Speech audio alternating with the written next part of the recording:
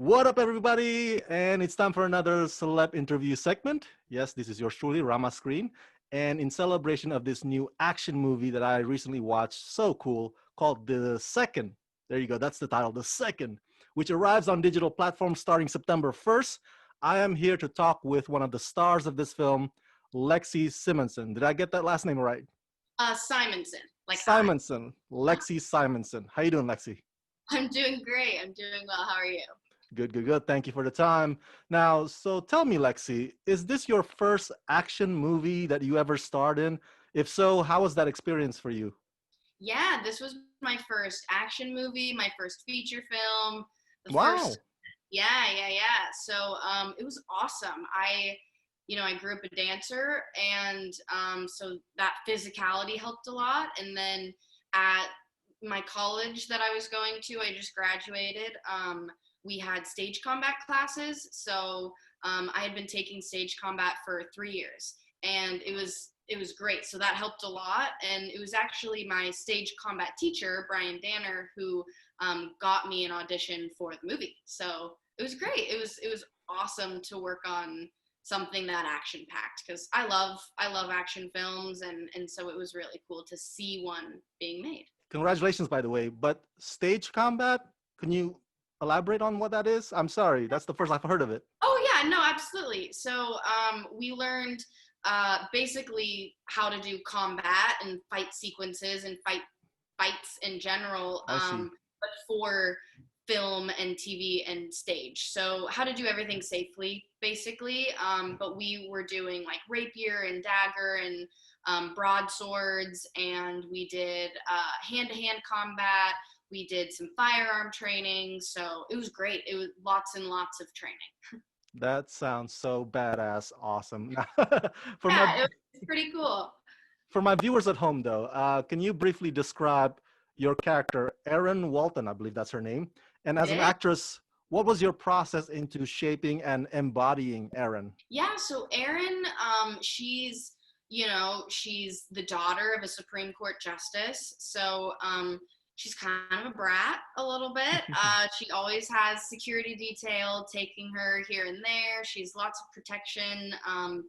But she was pretty lonely, I think, on the inside. And so that kind of helped shape that character a little bit and give her some depth rather than just being a stuck up brat. She was, she had to protect herself. She was very lonely. So that helped me in the decision making process and justifying all of her decisions and the emotional state that she was in throughout the movie of kind of knowing that this situation could happen and was always a possibility, and then realizing, oh shit, this is actually happening.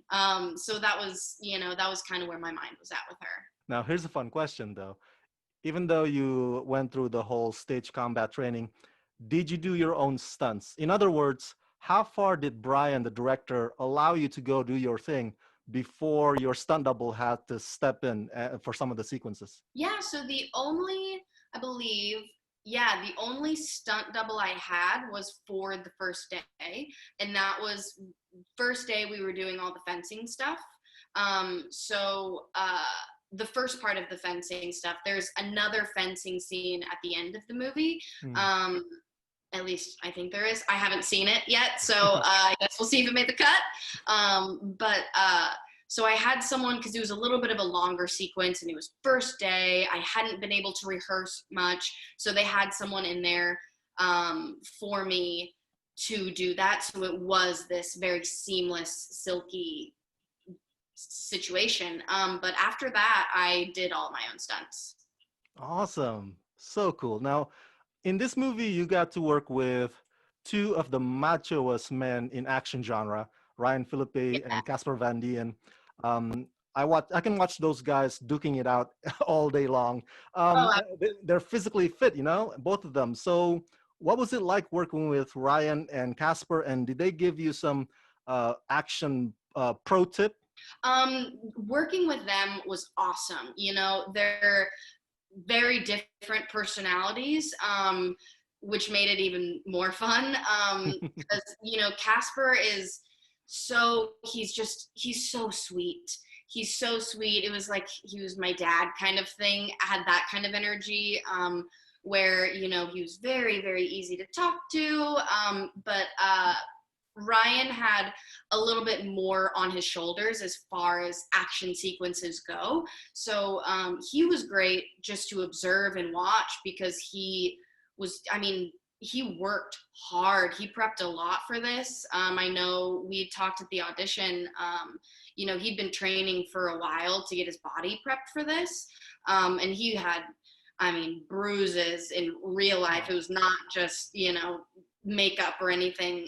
So just getting to observe him and watch his really awesome work ethic was a huge learning experience for me. So yeah, they taught me a lot of, you know, work ethic and what it looks like and taking care of your body and all of that stuff. So it was great to observe and watch them and work with them. Oh, totally, totally. Now, is it fair to say, or is it fair to describe this movie as Die Hard set in a dormitory campus? I think so, yeah. I definitely think so. It has that kind of vibe to it. And, you know, it was all practical. It was all, there isn't, I don't think, any CGI stuff or anything like that. So all the explosions are real. Everything is real. So it definitely has that vibe of just like a gritty, fast-paced, let's fight movie. Nice, nice. So, what's next on your horizon, Lexi? I mean, this is your first film. I'm sure you want to do horror, comedy next. I mean, like, what's coming down the pipe for you? Yeah, so this last year I did an HBO pilot, an HBO Max pilot, and it was called Vegas High, and it's set in the 90s. So that's like, oh, super dream. I love the 90s. And I got to play this 14-year-old kind of cool, laid back girl. And that's still in the works. I can't say a whole lot about it. But it's still swimming, still in the water.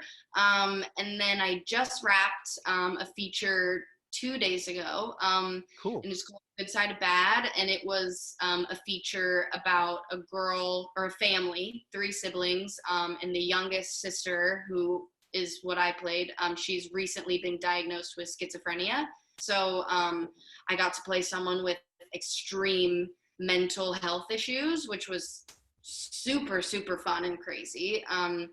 So that's kind of, I just wrapped something, so now I have a little bit of like a resting period.